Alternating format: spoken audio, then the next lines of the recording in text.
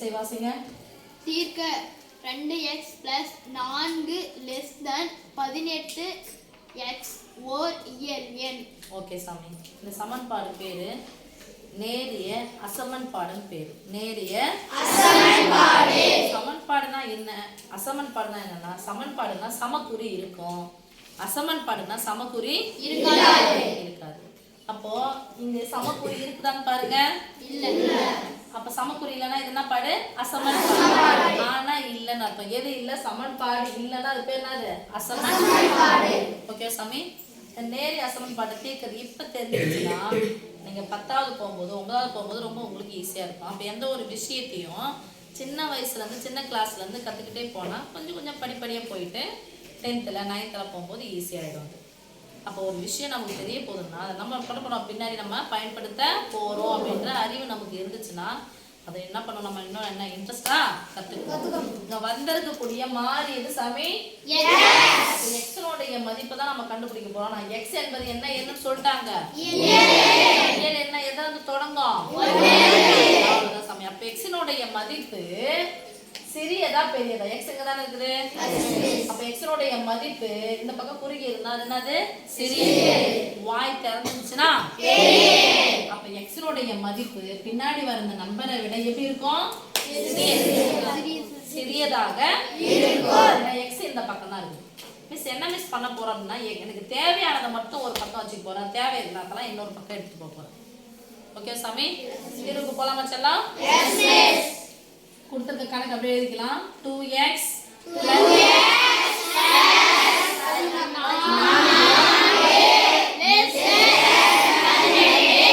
எனக்கு எது மட்டும் தேவை? எக்ஸுக்கும் 2க்கும் நடுவுல என்ன குறி இருக்கு? பெருக்கல் இருக்கு. பெருக்கலா இருக்கிற என்ன அந்த பக்கம் போனா ஆனா அதுக்கு பக்கத்துல என்ன இருக்குன்னு பார்க்கணும். +4 இருக்கு. அந்த +4 ஃபர்ஸ்ட் என்ன பண்ணணும்? அந்த பக்கம் பண்ணணும். இந்த +4 இந்த பக்கமா போயிடுச்சா, ரைட் சைடுல போயிடுச்சுனா என்னனால மாறிடும்? சொல்லுங்க சாமி. 2x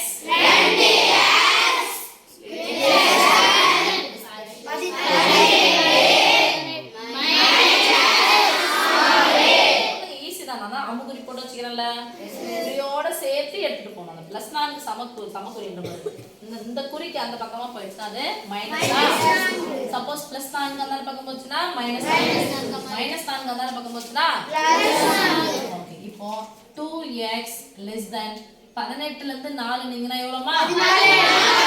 இப்போ 2க்கும் x க்கு நடுவுல குறின்னு சொல்லிட்டு நானே பெருக்கல்.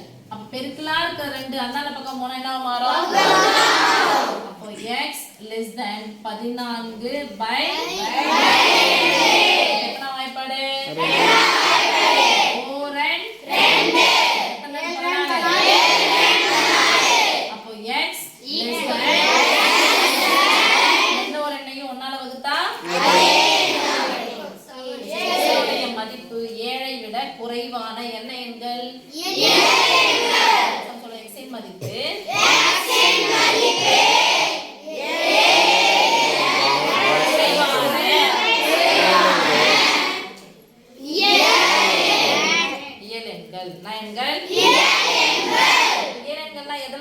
சொல்லியாச்சு நம்ம. x இது பேர் இருதலை அடைப்புக்குறின்னு சொல்லுவாங்க. பிராக்டிஸ் பண்ணிட்டீங்கன்னா 9th போடும்போது செம ஜாலியா இருக்கும், ஈஸியா இருக்கும். ஓகேவா? இருதலை அடைப்புக்குறி. இப்போ 7ஐ விட குறைவான இயல் எண்கள் சொல்லுங்க. 7ஐ விட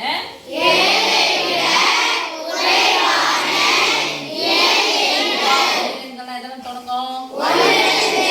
7ஐ விட கம்மியானது 1.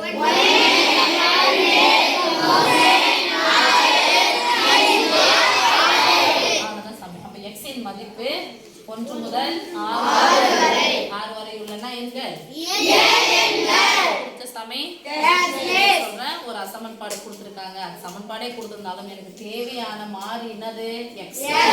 அப்ப x மட்டும் தான் எனக்கு தேவை. எத்தனை x இருக்குது? 2 டைம்ஸ் x. 2 times x. நம்ம 2 டைம்ஸ். அப்ப இந்த x மட்டும் தான் வச்சிரோம். தேவையில்ல எத்தனை அந்த பக்கம் எடுத்துட்டு போறோம். பக்கத்துல போய் பார்க்கறோம் +4 இருக்குது. +4 அந்த பக்கம் போனா பெருக்கல் இருந்தா அந்த பக்கம் போச்சுனா வகுத்தல். ஈஸியா போனா நல்லா படிக்கிற பசங்களுக்கு சொல்லிடுறேன். கொஞ்சம் நல்லா ஈஸியா இருக்கு மிஸ் அப்படின்றவங்களுக்காக ஈஸியா இதே சொல்லிடுறேன். இதானே எதனுடைய மதிப்பு தேவை? என்னது? less than. 18 இந்த நாள் போயிடுச்சுன்னா 18ல இருந்து 4 கழிக்கணுமா கூட்டணுமா? பிளஸ் நான் என்ன பண்ணுவோம்னா 18ல இருந்து 4 கழிச்சா எவ்வளோ? 18 மைனஸ் 4 இந்த பெருக்கல் 2 அந்த பக்கம் போச்சுன்னா அதுக்கெல்லாம் மாறும். ஃபர்ஸ்ட் கழித்தல் செய்யறோம். 18ல இருந்து 4 நினைச்சா 16/2 4 2 7 2 அப்ப x நோட மதிப்பு 7 விட சிறிய 7 இல்ல மிஸ் எனக்கு இப்படியே சொல்லுங்க அப்படின்னு சொன்னாலும் சரி பிளஸ் 4 அந்த பக்கம் போச்சுன்னா மைனஸ் பெருக்கல் அந்த பக்கம் தான் மாறும்போது வகுக்கலாம் அது இங்கே கேன்சல் பண்ணிக்கலாம்.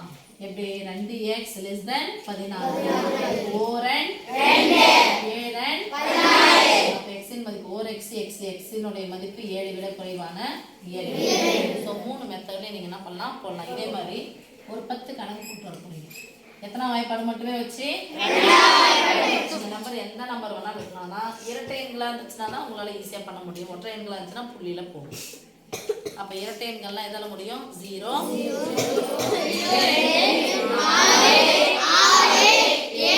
இதுல முடிஞ்சதுன்னா எண்கள் இரட்டை எண்களை மட்டும் இங்க இரட்டை எண்களா போடுங்க. இதுவும் இரட்டை எண்களா போடுங்க.